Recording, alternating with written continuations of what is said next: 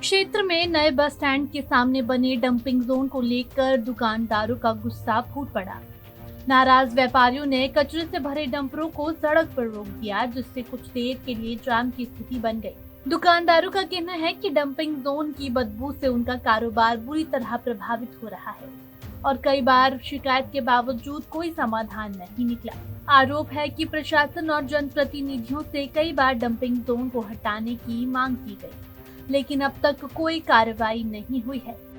जैसे यहाँ डंपिंग हो रही है, जिसके लिए सारे प्रशासन को हम आगाह कर चुके हैं, सुधा जी से मिल चुके हैं, उनको सर्वे करा चुके हैं और उनसे रिक्वेस्ट की थी। उन्होंने कहा था मैं 10 दिन में हटवा दूंगा। इस बात को 1 महीना हो गया। बार बार रिक्वेस्ट करने पे, प्रशासन में जाने पे कहीं हमारी कोई सुनवाई। सीएम हाउस भी गए थे, कैलाश जी से मिले थे, उन्होंने भी कहा जी सुधा जी देखेंगे, लेकिन किसी ने कोई सुनवाई नहीं की।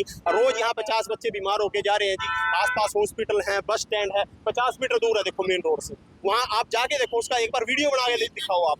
वहाँ इतना बीमारी का घर बना हुआ है, मक्खी, मच्छर, बदबू, आवारा जानवर, 50 गायें घूम रही है, मतलब हालात खराब होते हैं शहर के बीचों बीच। अब लास्ट हम क्या करें, हमने इसलिए डंपिंग रोकी। ये सारी मार्केट में क्या मांग है?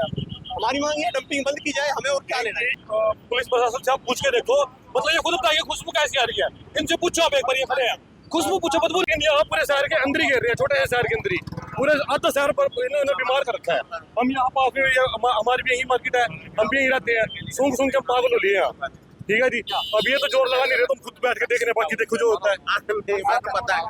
हाँ जी, बरसात की बात तो स्मेल बढ़नी है, डबल ही बढ़नी है। उसके बाद तो बहुत ज्यादा हो जानी है स्मेल। उसके बाद तो हम यहाँ काम ही नहीं कर सकते बैठ के। गवर्नमेंट को पूरा टैक्स दे रहे से मिले, प्लस हम थोड़ी चुकवा दूंगा। सूता को हम खुद लेके आए हैं। अभी विधायक साहब आप देखो, तो आप देखो, विधायक साहब ने कहा बोले अभी उठ जाएगा, 10 दिन का टाइम दे दो, तो नहीं उठा। फिर दोबारा फिर गया मंत्री साहब था, इसको आप उठा दो, ये फिर नहीं उठा।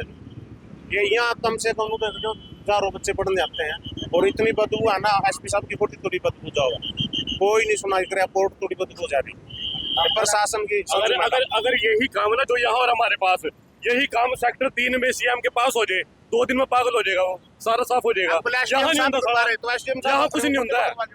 एमएलए के घर के बाहर गिर दे जाएगा, यहाँ हमारे लोग रहना जरूरी है। वहीं दुकानदारों के विरोध के बाद सुगम स्वच्छता कंपनी के मैनेजर भी मौके पर पहुंचे और व्यापारियों से बातचीत की। उन्होंने बताया कि फिलहाल डंपिंग जोन के लिए दूसरी जगह उपलब्ध नहीं है। यहाँ कचरे की छंटाई और मिक्सिंग के बाद उसे करनाल भेजा जाता है।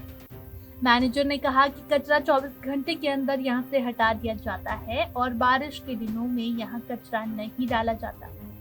उन्होंने दुकानदार से कुछ समय देने की अपील की और जल्द समाधान निकालने का भरोसा दिलाया। पहली बात, ये शहर के बीचों बीच नहीं है, एसटीपी के पास है। एसटीपी खुद ब खुद जो है सीवेज ट्रीटमेंट प्लांट है, ये गंदे पानी को साफ करती है।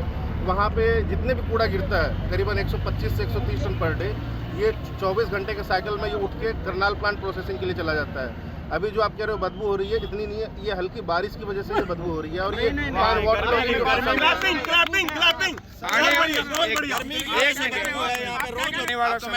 आने वाला समय मानसून का है। आप कह रहे हैं हल्की बरसात हुई, अभी तो एक ही मानसून की बरसात हुई है।